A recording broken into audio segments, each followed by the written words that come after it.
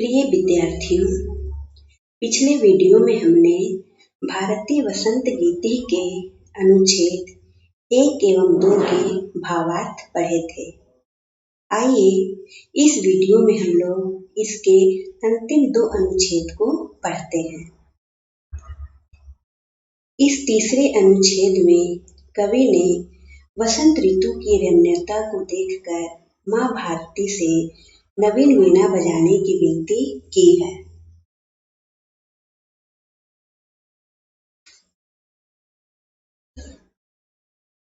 Lalit पल्लवे पादपे पुष्पपुञ्जे Malay मारुतो चुम्बिते मञ्जुकुञ्जे स्वानन्तीं ततिं प्रेक्ष्य मलिनां निनादय नवीना मये वाणी वीणा। चलिए पहले कुछ कठिन पदों के अर्थ देख लेते हैं। ललित पल्लवे अर्थात मनोहर पत्ते। जैसा आप यहाँ देख रहे हैं, ये हैं मनोहर पत्ते। वसंत ऋतु में पेड़ों पर नए पत्ते लग जाते हैं और वे देखने में सुंदर लगते हैं। इन्हें ही कहा जाता है ललित पल्लवे।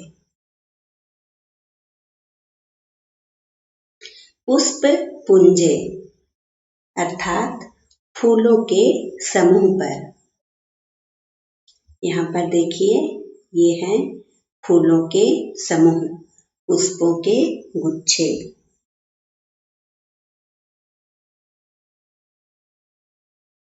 मलय अर्थात चंदन। मारुतः अर्थात हवा। मंजुकुंजे अर्थात सुंदर लताओं से घिरे स्थान। स्वानंतीम ध्वनि करती हुई। यहाँ पर भौरे फूलों पर ध्वनि करती हुई मंडरा रहे हैं। इन्हें ही कहा गया है स्वानंतीम। प्रेक्ष्य अर्थात देख कर। यहाँ पर लेप प्रत्यय लगा हुआ है। मलिनाम यानी काले। अलीनाम यानी भ्रमरों के। मलिनाम अलीनाम अर्थात काले भ्रमरों के। यहाँ पर मलिनाम अलीनाम का विशेषण है। आइए अब इसके भाव को समझ लेते हैं। ललित पल्लवे पादपे पुष्पपुञ्जे मञ्जुकुञ्जे मलय मारुतो चुम्बिते स्वानन्तीं अलीनां मलिनां ततिं प्रेक्ष्य अये वाणी नवीनां वीणां निनादय। अर्थात मलय पवन यानी चंदन की खुशबू वाली हवा से स्पर्श की हुई मनोहर पत्तियों वाले वृक्षों, पुष्प गुच्छों तथा सुंदर लताओं पर भौरों की गुंजार करती हुई पंक्ति को देखकर हे वाणी नवीन वीणा को बजाओ। यहाँ पर नवीन पत्ते, गुंजार करती हुई भौरे एवं खिले हुए पुष्प के गुच्छे, इन सभी की सुंदरता को देखकर हे माँ शारदे नवीन वीणा को बजाओ।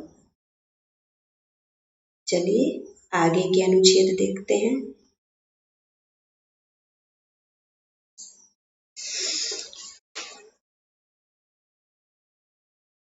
कविता के इस अंतिम अनुच्छेद में कवि ने ऐसे वीणा स्वर की कामना की है जिसे सुनकर प्रकृति की सुंदरता और भी बढ़ जाए और उसमें नई उत्साह का संचार हो। लतानां नितान्तं सुमं शान्तिशीलं चलेदुच्छलेत् कान्ता सलिलं सलीलम् त्वाकर्ण्या वीणां मदीनां नदीनां निनादये नवीना मये वाणी वीणा। चलिए पहले पदों के अर्थ देख लेते हैं। सुमम अर्थात फूल, पुष्प। चलेत अर्थात खिल उठे। उच्छलेत अर्थात उछल पड़े। यहाँ पर बच्चों चलेत और उच्छलेत इन दोनों पदों में विधिलिंग लकार, प्रथम पुरुष और एकवचन है। कांता सलिलम यानी स्वच्छ जल। सलीलम अर्थात खेल सहित। तव यानी तुम्हारी। आकर्ण्य अर्थात सुनकर। यहाँ पर लय प्रत्यय लगा हुआ है। अदीनाम यानी ओजस्विनी। अब इसके भाव को समझ लेते हैं। तव अदीनां वीणां आकर्ण्य लतानां नितान्तं शान्तिशीलं सुमं चलेत् नदीनां कान्तसलिलं सलिलम् उच्छलेत् अये वाणी नवीनां वीणां निनादय। अर्थात तुम्हारी ओजस्विनी वीणा की मधुर ध्वनि को सुनकर लताओं के नितांत शांत सुमन खिल उठे। नदियों का मनोहर जल कलकल करता हुआ उछल पड़े। हे वाणी नवीन वीणा को बजाओ। यहाँ पर कवि ने ऐसी कामना की है कि माँ शारदे की ओजस्विनी वीणा को सुनकर, ओजस्विनी वीणा की मधुर ध्वनि को सुनकर नदियों का जल जो है वो उछल कर चल पड़े और फूलों के समूह खिल उठे। ऐसी कामना यहाँ पर की गई है। कवि का उद्देश्य लोगों में नव चेतना का संचार करना था। इस गीत के माध्यम से उन्होंने प्रकृति में नए उत्साह भरने का तथा लोगों में नव चेतना जगाने का प्रयास किया है, ताकि लोग जागरूक होकर स्वाधीनता संग्राम के लिए प्रेरित हो सके। यहाँ पर बच्चों पाठ पूरे होते हैं।